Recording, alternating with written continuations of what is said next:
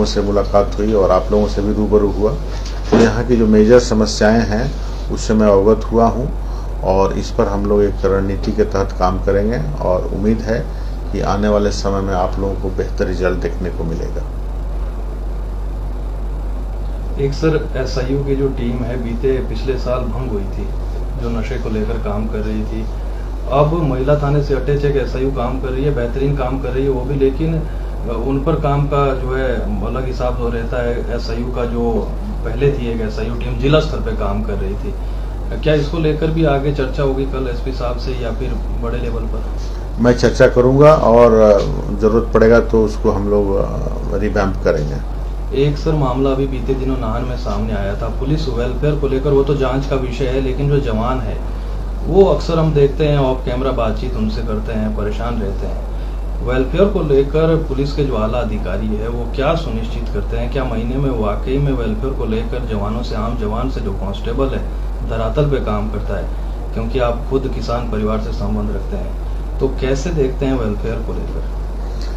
देखिए, जो हमारे पुलिस विभाग की वर्किंग है उसमें पुलिस वेलफेयर पर बहुत ध्यान दिया जाता है और जिला स्तर पर वीकली बेसिस पर भी जो कांस्टेबल लेवल से लेकर और हेड कांस्टेबल लेवल तक के लोग मिलते हैं एसएसपी से, उसकी व्यवस्था है।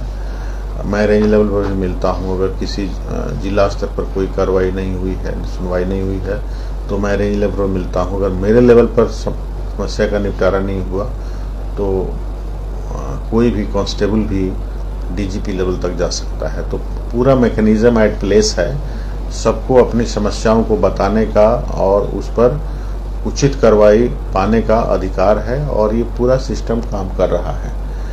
लेकिन कई बार क्या हो जाता है कि आप यहाँ की व्यवस्था को देख रहे हैं कि लोकल इंटरेस्ट जब डेवलप हो जाता है, आप देखेंगे कि कई बार एक आदमी 5 साल सिलाई में पड़ा हुआ है और दूसरा आदमी 5 साल काला अम्ब और पोंटा साहब में ही पोस्टेड रह रहा है।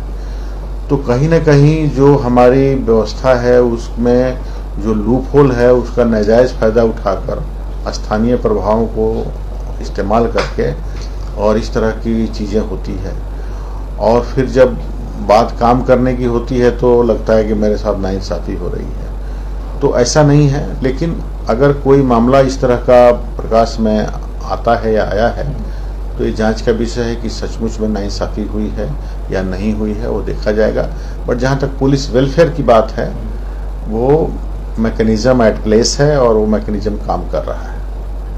डीजीपी साहब, 1 जुलाई से 3 नई व्यवस्थाएं आ गई हैं, तो अभी तक उसके लिए कोई मैकेनिज्म डेवलप हो पाया है कि पुलिस को कैसे ट्रेनिंग दी जाएगी, कौन कौन सी नई चीजें आई है, वो अभी तक पहुंची है कॉपी हेडक्वार्टर में, या किस तरह से उसको इम्प्लीमेंट किया जाएगा इतना जल्दी?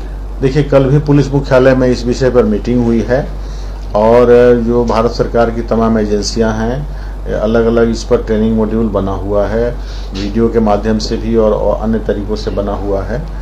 सो जो नए कानून हैं उसमें अधिकांश प्रोविजंस तो पहले वाले ही हैं, केवल जो सेक्शन नंबर बदले हैं और कुछ नए प्रोविजंस जो डाले गए हैं जो कि इतना कठिन नहीं है। अब तमाम प्रकार के ऐप्स हैं, उस ऐप के माध्यम से आप देख पाएंगे कि नए प्रोविजंस क्या क्या हैं। जैसे ये लागू होगा आपको पता चलेगा कि इसमें ज़्यादा दिक्कत नहीं होगी स्विच ओवर करने में। क्या वो ऐप्स पब्लिक के लिए भी अवेलेबल रहेंगे ताकि पब्लिक समझ पाए नए बदलाव? बिल्कुल, ये जैसे ही ये लागू होगा आप अपने तरीके से देख सकते हैं, देख पाए।